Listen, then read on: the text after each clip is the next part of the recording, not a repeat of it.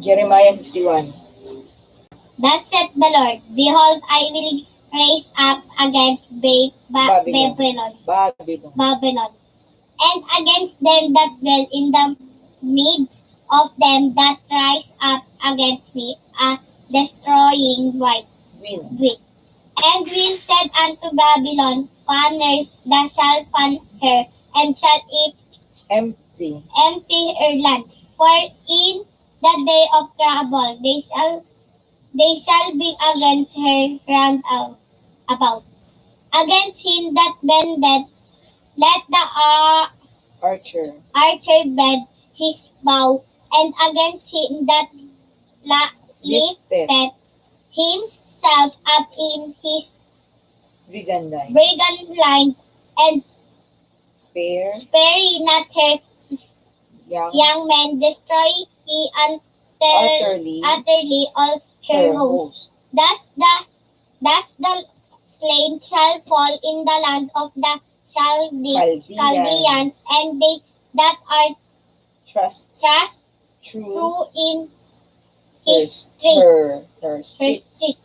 For Israel hath not been forsaken, nor Judah of his God, of the Lord of hosts, thought their land was filled with sin against the Holy One of Israel. Flee out of the midst of Babylon, and deliver every man his soul. Be not cut off in her iniquity, for this is the time of the Lord's vengeance. He will render unto her a recompense. Babylon hath been golden up into the Lord's cup. Hand that made all the earth drunketh, the nation have drunketh of her wine. Therefore the nation heart make Babylon is suddenly falleth and destroyed. How for her taken balm for her pain, if so be she may be healed. We could have healed Babylon, but she is not healed. Forsake her, and let us go everyone into his own country. For her judgment reaches unto heaven, and is lifted up even to the sky. The Lord hath brought forth our righteousness. Come and let us declare in Zion the work of the Lord our God. Make bright the arrows, gather the shields. The Lord hath raised out the spirit of the king of the kings of the Medes, for his device is against Babylon to destroy it. Because it is the vengeance of the Lord, the vengeance of his temple. Set up the standard upon the walls of Babylon. Make the watch strong. Set up the watchmen. Prepare the ambushes. For the Lord hath bound both devised and done that which he spake against inhabitants of Babylon. O thou that dwellest upon many waters, abundant in treasures, thine end is come, and the measure of thy covetousness.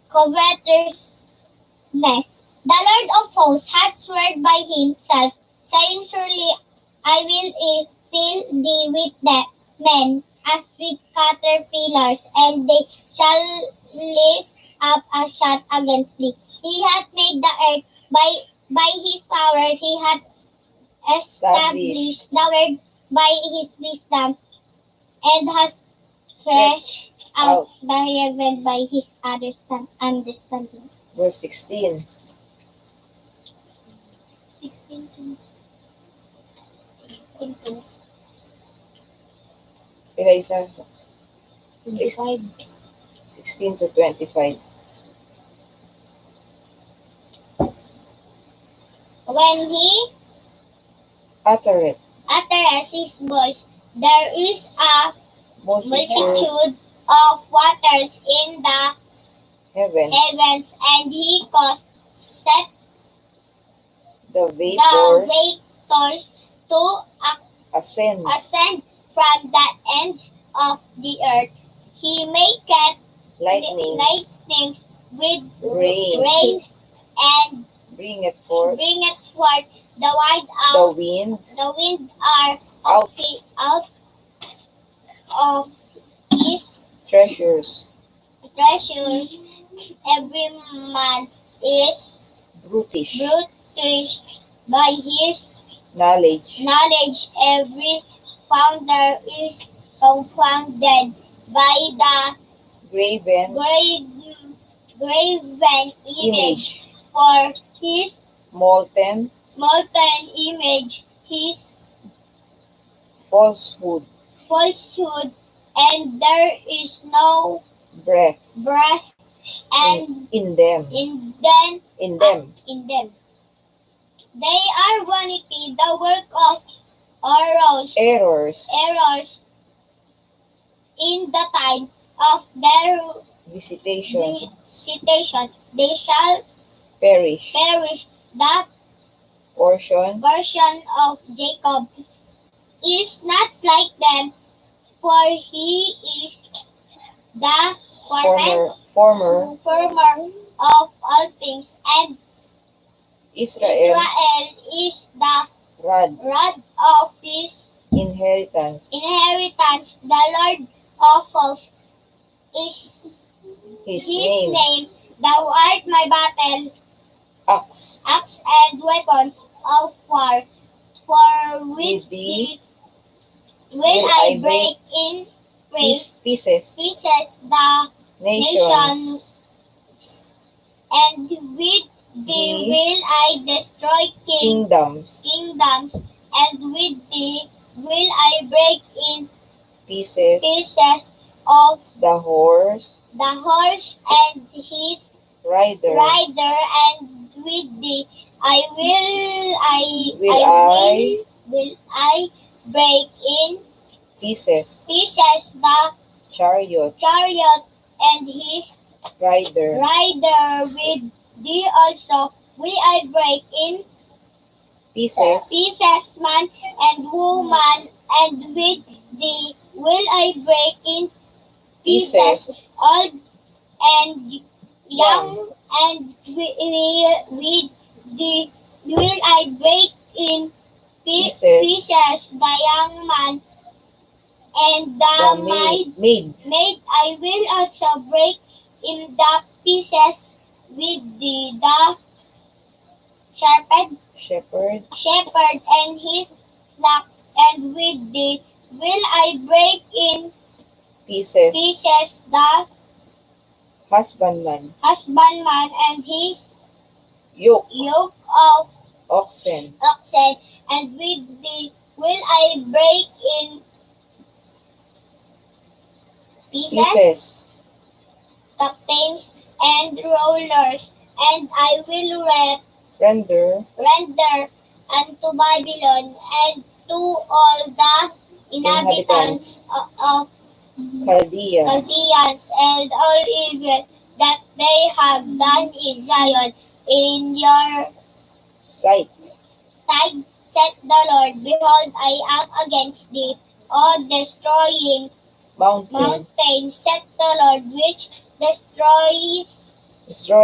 destroyest all the earth, and I will stretch out mine hand upon thee, and roll thee down from the rocks, and will make thee a burnt mountains. Verse 26.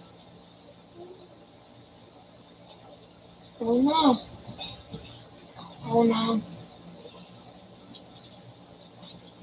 And 40. Verse 26 to 40.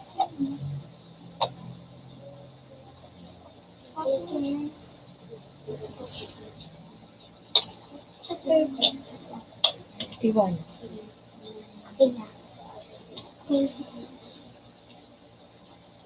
And they shall not take of thee a store for a corner, nor a stone for foundations. But thou shalt be desolate forever, saith the Lord. Set ye up a standard in the land. Blow the trumpet among the nations. Prepare the nations against her, call together against her the kingdoms of Ararat, Nimni, and Achenas. Appoint a captain against her cause. The horses to come up as the Rough. rock caterpillars. Prepare against her the nations. With the kings of the Medes, Medes. the captains thereof, and the rulers thereof, and all the land of his dominion. And the land shall tremble and sorrow for every purpose of the Lord, and be performed against Babylon to make the land of Babylon a desolation without an inhabitant. The mighty men of Babylon have forborne to fight, they have remained in their halls. Their Their might. had failed, they became as women. Women. They have burned her dwelling place. Her Places. places are her bars are broken.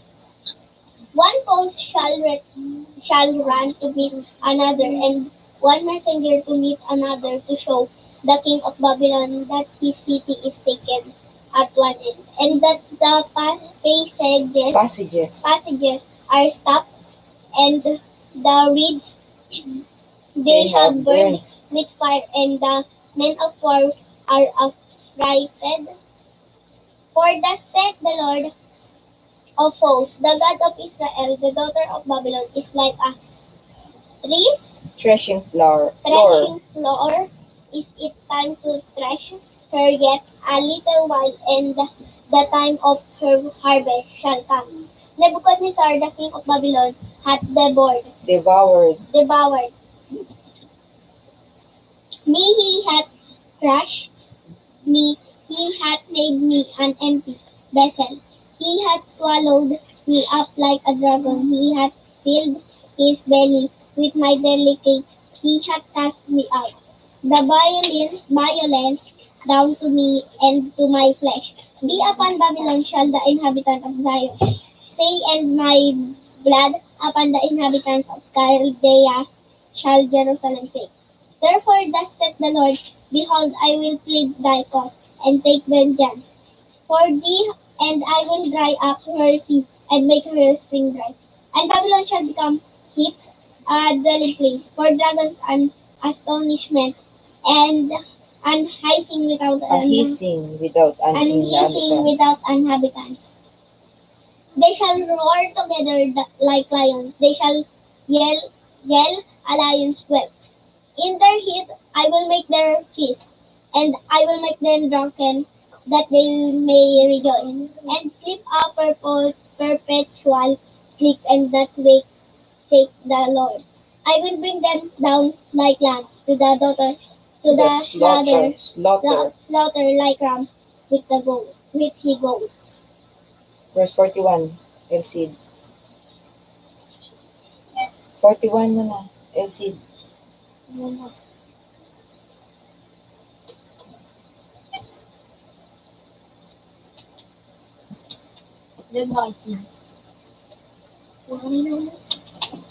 Isa.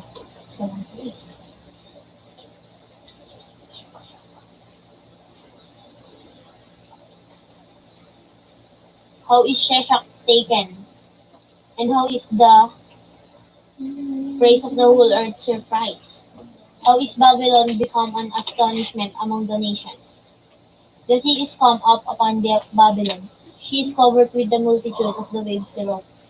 Her cities are a desolation, a dry land, and a wilderness, a land wherein no man dwelleth, neither doth any son of man pass thereby. And I will punish Bel in Babylon, and I will bring forth out of his mouth that which he hath swallowed up, and the nations shall not flow together anywhere unto him. Yet the wall of Babylon shall fall. My people, go ye out of the midst of her, and deliver ye every man his soul from the fierce anger of the Lord. And lest your heart faint, and ye fear for the rumor that shall be heard in the land. A rumor shall both come 1 year, and after that in another year shall come a rumor, and violence in the land, ruler against ruler. Therefore, behold, the days come, that I will do judgment upon the graven images of Babylon, and her whole land shall be confounded, and all her slain shall fall in the midst of her. Then the heaven and the earth, and all that is therein, shall sing for Babylon, for the spoilers shall come unto her from the north, saith the Lord. As Babylon hath caused the slain of Israel to fall, so at Babylon shall fall the slain of all the earth. Ye that have escaped the sword, go away, stand not still. Remember the Lord afar off, and let Jerusalem come into your mind. We are confounded, because we have heard reproach. Shame hath covered our faces, for strangers are come into the sanctuaries of the Lord's house. Wherefore, behold, the days come, saith the Lord, that I will do judgment upon her graven images, and through all her land the wounded shall groan. Though Babylon should mount up to heaven, and though she should fortify the height of her strength, yet from me shall spoilers come unto her, saith the Lord. A sound of a cry cometh from Babylon, and great destruction from the land of the Chaldeans. Because the Lord hath spoiled Babylon, and destroyed out of her the great voice. When her waves do roar like great waters, a noise of their voice is uttered. Because the spoiler is come upon her, even upon Babylon, and her mighty men are taken. Every one of their bows is broken, for the Lord God of recompenses shall surely requite. And I will make drunk her princes, and their wise men, her captains, and her rulers, and her mighty men. And they shall sleep a perpetual sleep, and that wake saith the King, whose name is the Lord of hosts. Thus saith the Lord of hosts, the broad walls of Babylon shall be utterly broken, and their high gates shall be burned with fire, and the people shall labor in vain, and the folk in the fire, and they shall be weary. The word which Jeremiah the prophet commanded, Seraiah the son of Neriah, the son of Maaseiah, when he went with Zedekiah the king of Judah into Babylon in the fourth year of his reign. And this Seraiah was a quiet prince. So Jeremiah wrote in a book all the evil that should come upon Babylon, even all these words that are written against Babylon. And Jeremiah said to Seraiah, when thou comest to Babylon, and shall see, and shall read all these words, then shalt thou say, O Lord, thou hast spoken against this place, to cut it off, that none shall remain in it, neither man nor beast, but that it shall be desolate forever. And it shall be, when thou hast made an end of reading this book, that thou shalt bind a stone to it, and cast it into the beds of Euphrates. Ouch. Verse 64. Mm. 64. Puro 64 na. And thou shall say, thus shall Babylon sink. sink, and shall not Rise from rise from the the evil, evil. that I will